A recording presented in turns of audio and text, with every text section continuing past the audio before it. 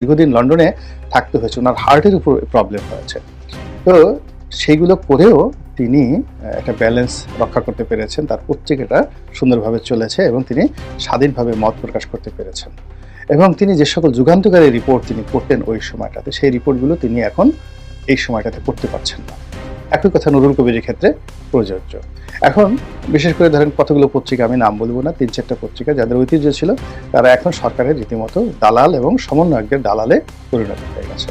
তাহলে এই যে আমরা যে স্বাধীনতার কথা বলছি, বাক স্বাধীনতার কথা বলছি, এটার সঙ্গে আওয়ামী লীগের জমানার স্বাধীনতা, এখানে আরেকটা কথা, এখানে যে বাল শব্দটি ব্যবহার করে হচ্ছে, বাল মিন্স মানে চুল নয় বা গোপনাঙ্গের লোম নয়। এখানে বাল বলতে যেটা বোঝাচ্ছি সেটা হলো আওয়ামী লীগের ঠাট্টা করে মানুষে BAL বাল, এটা সাদ্দাল্লাউদ্দিন কাদের চৌধুরীর সময়, মানে উনি প্রথম বলেছেন যে আওয়ামী লীগ মিন্স বাংলাদেশ আওয়ামী লীগ BAL বাল।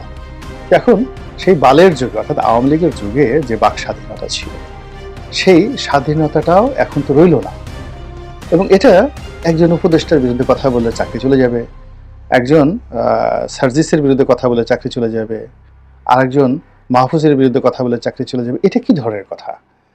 এই জিনিসগুলো তো সাস্টেন করবে না, আলটিমেটলি এগুলো সাস্টেন করবে না। এবং এই জিনিসগুলো আসলে মানে আপনাদেরকে যারা আছেন তাদেরকে দুর্বল করবে, সরকারকে দুর্বল করবে, পুরো প্রশাসন যন্ত্রকে দুর্বল করবে, এবং এর ফাঁকে ফাঁকে ফাঁকে ফাঁকে অনেকগুলো যাকে বলা হয় মুখ তৈরি হয়ে যাবে দেশে বাইরে। কারণ আপনি তো সামাজিক মাধ্যম বন্ধ করতে পারবেন না। আপনি বাংলাদেশে ধরেন যারা বসবাস করেন তাদেরকে আপনি নিয়ন্ত্রণ রাখতে পারবেন, কিন্তু দেশের বাইরে থেকে যারা এই কাজগুলো করছেন তাদেরকে নিয়ন্ত্রণ করতে পারবেন না। ওটা আরও ডেঞ্জারাস হয়ে যাবে পুরো কাজের জন্য।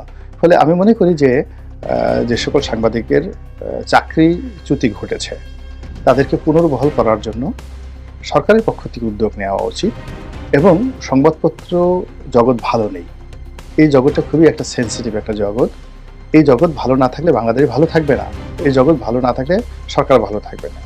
এই সময়টাতে বড় বড় পত্রিকাগুলো আপনি গিয়ে দেখেন, প্রথম আলো, বাংলাদেশ প্রতিদিন, তারপরে সমকাল, যুগান্তর, প্রায় সব পত্রিকাগুলোতেই প্রচণ্ড রকম সমস্যা দেখা দিয়েছে। আর যেগুলো দর্শক নন্দিত যে টেলিভিশন মাধ্যমগুলো রয়েছে, যাদের প্রচুর ভিউ রয়েছে, আপনি বাংলা ভিশন, তারপরে এটিএন নিউজ, সময় টেলিভিশন, যমুনা টিভি, এখন এইগুলোর কণ্ঠরোধ আপনি যদি করে ফেলেন না, পুরো ইন্ডাস্ট্রিটা নষ্ট হয়ে যাবে, পুরো ইন্ডাস্ট্রিটা নষ্ট হয়ে যাবে। টিকটক জনপ্রিয় পেয়ে যাবে, অন্য যারা টিকটকার রয়েছেন তারা শক্তিশালী হয়ে পড়বেন, এবং একটা টিকটকের কারণে দেখা গেল যে পুরো বাংলাদেশে আরেকটা গণবিপ্লব হয়ে যেতে পারে। কিন্তু সংবাদপত্রের মাধ্যমে যদি জনমত তৈরি হয়, সাংবাদিকদের মাধ্যমে যদি জনমত তৈরি হয়, যে সাংবাদিক প্রশ্ন করেছে তার এই প্রশ্নটাকে যদি আপনি ধরেন যে এই প্রশ্ন, he is representing a certain class of